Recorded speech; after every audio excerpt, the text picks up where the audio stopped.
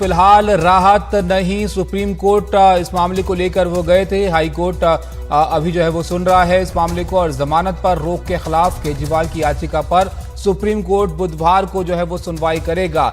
Rouse Avenue court के जमानत के आदेश पर हाई कोर्ट ने यहां पर रोक लगाई थी, जिसको एक चुनौती सुप्रीम कोर्ट में उन्होंने दी थी और अब फिलहाल राहत यहां से इनको नहीं मिली है और बुधवार को अब सुप्रीम कोर्ट जो है वो इस मामले की सुनवाई करेगा।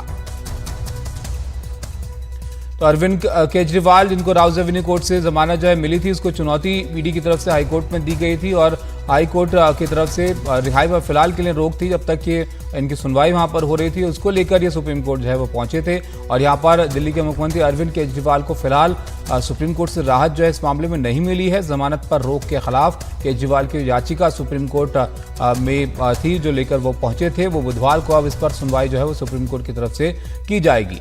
यहाँ पर राउज एवेन्यू कोर्ट से जमानत जो है इनको मिली थी, इस पर हाई कोर्ट ने उस आदेश पर फिलहाल रोक लगाई थी और इसको चुनौती उन्होंने यहाँ पर सुप्रीम कोर्ट में दी थी।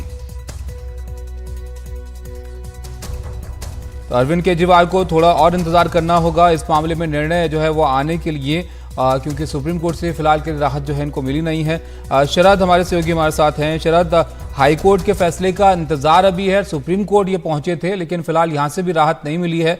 क्या जो है कोर्ट में कहा गया आज इस मामले को लेकर? देखिए, दोनों ही पक्षों ने अपनी दलील रखी। जो अरविंद केजरीवाल के वकील थे, उनका कोर्ट से ये कहना था कि जब ईडी दिल्ली हाई कोर्ट पहुंच सकती है बिना लिखित आदेश के और दिल्ली हाई कोर्ट बिना आदेश के ही अरविंद केजरीवाल की अंतरिम जमानत पर रोक लगा सकती है, अंतरिम रोक लगा सकती है, तो फिर सुप्रीम कोर्ट भी हाई कोर्ट के फैसले पर रोक लगा सकती है। और जो कुछ हुआ वो असामान्य था, क्योंकि ये कहना था अरविंद केजरीवाल के वकीलों का कि बेल के मामले में सुप्रीम कोर्ट ने ही कानून को सेटल किया, तय किया है कि बिना कोई खास कारण दिए इस तरह से जमानत पर रोक नहीं लगाई जा सकती है। जो केंद्र सरकार के वकील थे, ईडी के वकील थे तुषार मेहता और एसवी राजू, उनकी तरफ से कहा गया कि जो हाई कोर्ट है वो 1-2 दिन में ही अपना फैसला सुना देगी और उसके बाद ही जो है इस मामले पर कोर्ट को कुछ करना चाहिए। तो लगातार अरविंद केजरीवाल के वकीलों की तरफ से दलील दी गई कि जब हाई कोर्ट इंटरफेयर कर सकता है और इंटरिम स्टे लगा सकता है, तो सुप्रीम कोर्ट को भी इस पर हाई कोर्ट के फैसले पर रोक लगानी चाहिए। लेकिन सुप्रीम कोर्ट का ये कहना था कि ये 1-2 दिन की बात है, एक बार ये ऑर्डर आ जाए तभी हम इस पर कुछ कह पाएंगे, क्योंकि सुप्रीम कोर्ट का ये कहना था कि अगर हम अभी इस स्टेज पर इस केस के अंदर घुसते हैं तो ये प्री जज हो जाएगा, यानी कि हम पहले से ही अपना एक व्यू बना लेंगे, क्योंकि इसमें संभव है कि मामला आगे भी आए।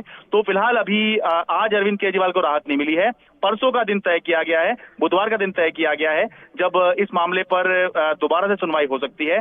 हो सकती है कि बात इसलिए कही जा रही है क्योंकि अभी दिल्ली हाई कोर्ट का ऑर्डर आना है अरविंद केजरीवाल की जमानत के मामले में, जो ईडी ने चैलेंज किया हुआ है उस पर आना है। तो संभव है कि आज या कल में, आज तो नहीं आया है, इसका मतलब बहुत संभव है कि कल वो ऑर्डर आ जाए और एक बार जब वो ऑर्डर आ जाएगा तो तब कोर्ट के सामने उसको लाया जाए, फिर सुप्रीम कोर्ट उस मामले को सुनेगी। ऑर्डर के बाद अब इस मामले को सुप्रीम कोर्ट देखेगा। बिल्कुल बिल्कुल, दिल्ली हाई कोर्ट अपना ऑर्डर दे दे, वो लिखित में आ जाए तो सुप्रीम कोर्ट का ये कहना है कि फिर हम इस सक्षम होंगे देखने में कि हाई कोर्ट क्यों रोक लगा रहा है इस पर या नहीं लगा रहा है। अगर नहीं लगाई रोक तो फिर तो केस ही खत्म हो जाएगा, और अगर लगाता है तो फिर जो है किस आधार पर लगा रहा है तब हम उस पर अपना एक व्यू बना पाएंगे। इसलिए परसों इस मामले की सुनवाई होगी। जी बिल्कुल, बहुत शुक्रिया शरद आपका सब जानकारी के लिए। तो अरविंद केजरीवाल को फिलहाल सुप्रीम कोर्ट से राहत जो है वो नहीं मिली है। कोर्ट का यहाँ पर कहना है कि हमें दिल्ली हाई कोर्ट के फैसले का इंतजार जो है वो करना चाहिए और अब इस मामले में जो है वो यहाँ से फिलहाल के लिए राहत जो है वो केजरीवाल को नहीं मिल पाई है। एक ब्रेक के लिए यहाँ पर रुकते हैं।